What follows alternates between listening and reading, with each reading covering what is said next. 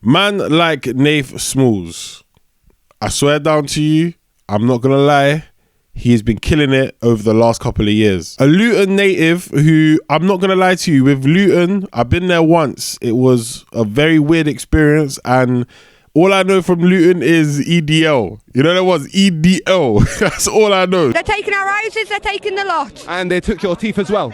Yeah, they did. So I'm glad Nafe has come through over the last like 5-6 years and actually put Luton on the map. This brand new tape is a follow-up to 2019's Good Love, which had the big single with Tory Lanez on it. Obviously there was that whole colorism scandal with the model in the video that became a madness, but that had nothing to do with Nafe. He was just doing his thing. That was more of a Tory Lanez issue. As you can tell by me saying that, we are doing a review today. No first reaction, none of that, because one, hay fever got me moving mad all week.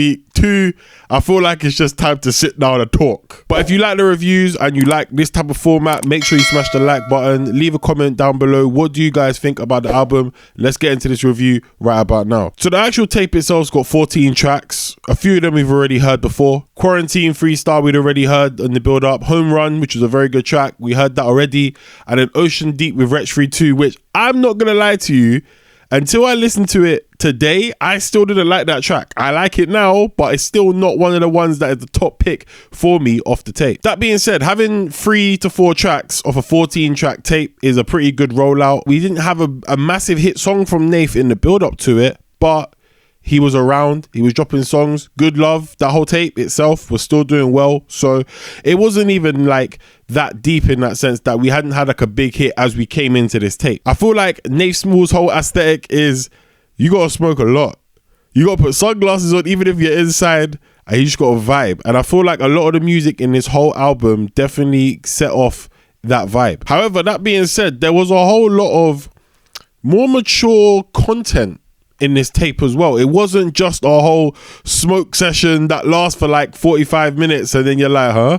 Do I need to start again? It wasn't one of them ones right there. It was actually a very, very mature album from a guy who is still very young himself anyway. So for example, we have J-Lo featuring Chip and Deno on that track. Now it's a bit of a love track. You've got Deno talking about the pesos, J-Lo obviously like a little rhyme and the South American reference and stuff. Because Deno is still like 16, 17, you can hear the kind of like youth in the voice, and that song was more of a light-hearted romantic song. Whereas we contrast that to Bad For Me featuring Miraa May, which was more mature, like a more like, basically I'm just gonna say 25 plus type Twitter kind of mature love song kind of ish, you know what I'm saying? But it was one of them ones where we saw a different side to Nafe talking about a similar topic but works very well, and I enjoyed seeing that. I feel like the chemistry between Miraa May and Nafe Smallz was amazing.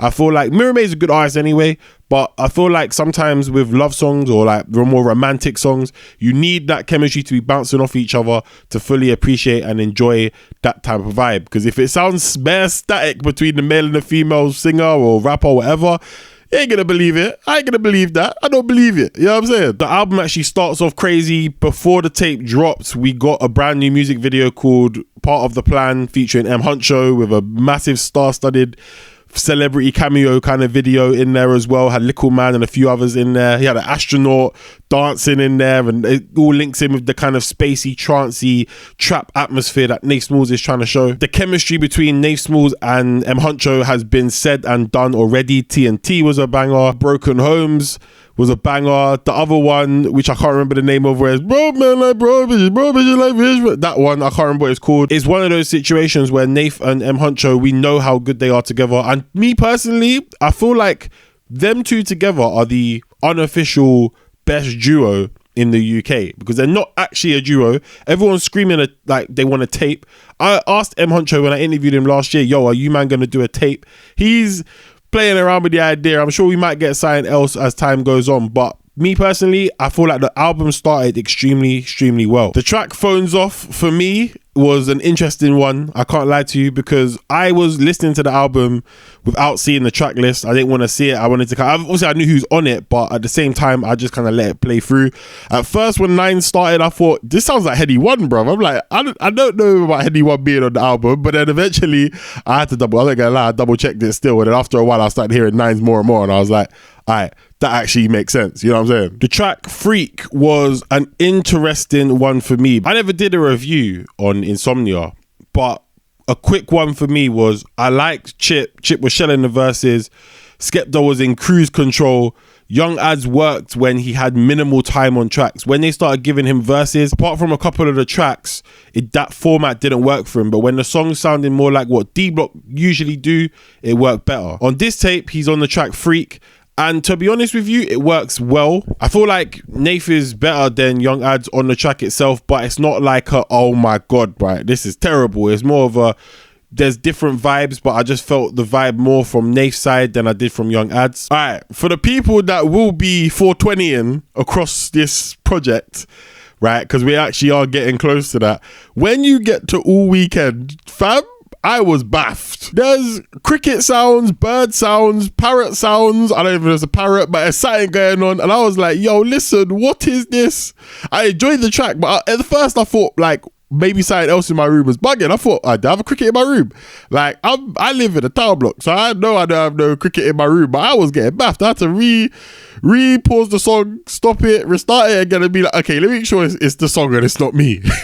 But fundamentally, it's a good song. Like, and again, it was random, but it made sense in the tune. Don't ask me how, it just did. It just worked, didn't it? You know, everyone's there. A negative, and it's not really much of a negative, but I feel like some of the tracks, he does go on for a bit long, especially in the solo tracks. Big Rack starts quite well. It starts, you know, you get into it quite quickly, but after like the 2.5 minute mark, you're kind of getting to the point where you're like, I'm kind of done. Even the same thing with the Young Adz tune, it does the same thing. It's a bit like, it goes on for a little bit too long. I'm not mad at it, but it's just, you kind of zone out a little bit and it's not like, it doesn't really work out too well in that sense. I feel like some of the tracks where he's by himself, they can be a bit long as opposed to the features, because the features kind of match his vibe and they go back to back in that sense. But as a whole, it's not terrible. It's just sometimes you just need to allow the 3.5 minute songs. You know, everyone's there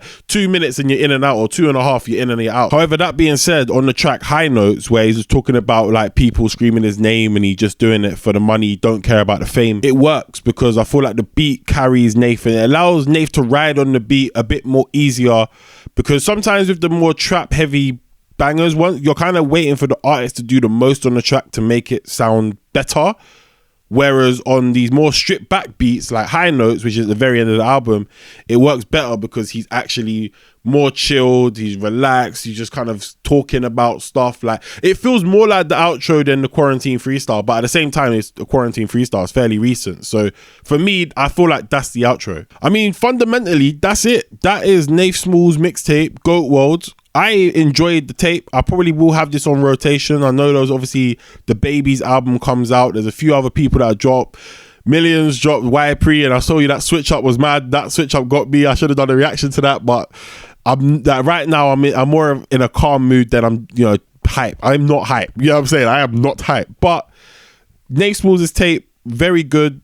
Flows nicely, doesn't feel like it got too jarring at too many points. Like I said, some of them solo tracks could have been a little bit shorter to keep the momentum going and the cohesiveness, but that's just me. Like, I mean, that's just my opinion, do you know what I'm saying? But what do you guys think about the project? Make sure you leave a like and subscribe. Leave your comments down below as to what you thought about Goat World. I will see you for another review and some news. No interviews for a while, but you know what I'm saying? We'll get around to that. But I'll see you guys sometime soon in a bit. Peace.